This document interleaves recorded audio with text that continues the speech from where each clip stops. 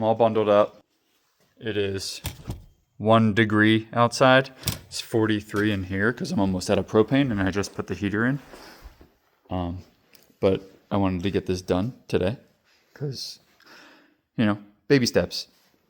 What to do was time the motor, and you line up your cam gears with these little bumps. This is for the 2J, right? And that one with that one. And I kind of cheated. I left my timing belt on. I didn't take any of this bottom off. And you can see better marks with the crank gear down there, the gear that's on the crank. It's got a nice little dot with a mark. I think it's on the oil pump. Line it up real nice. But I've got a fluid damper pulley or ATI pulley. So you're gonna line up I lined up the top dead center with my 0 here the best I could.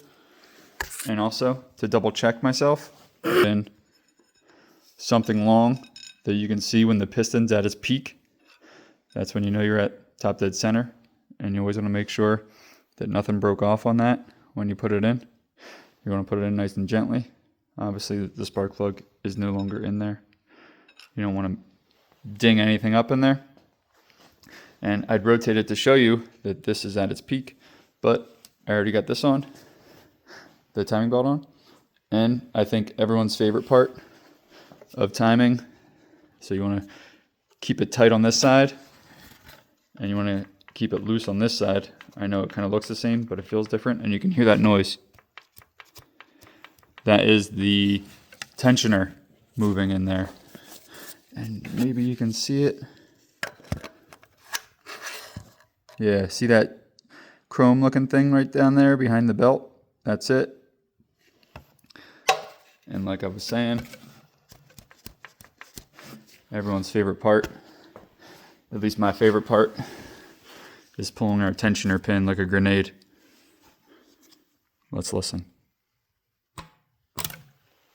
Yeah, I mean, it always sounds cooler than it is, but now it's tight. And now this side feels looser.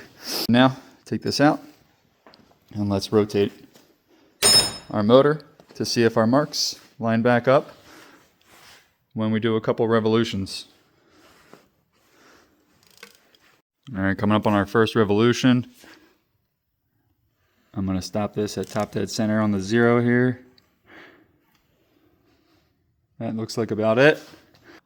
Bang, bang. We'll do another one. Because every revolution, if it's off, it's just gonna be even more off. One-handed stuff is not great.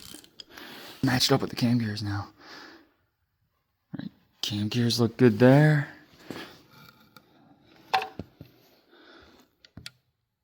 Top dead center looks off, honestly. Let's keep it going. Revolutions.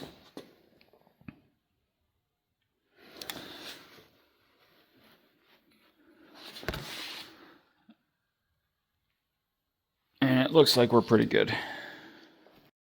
Did a little musical cars. We've got the GTR. We got the Nissan stack here. MR2 is over here. And I moved the MR2 because I lowered the Supra. And the motor's off the engine stand. This motor's about to go in here and create so much more room in the garage for activities. So I'm not gonna lie, back when I took this out for a test drive, the Supra out for a test drive, and I shot my coolant all over the roadway. I think that was back in like August, September.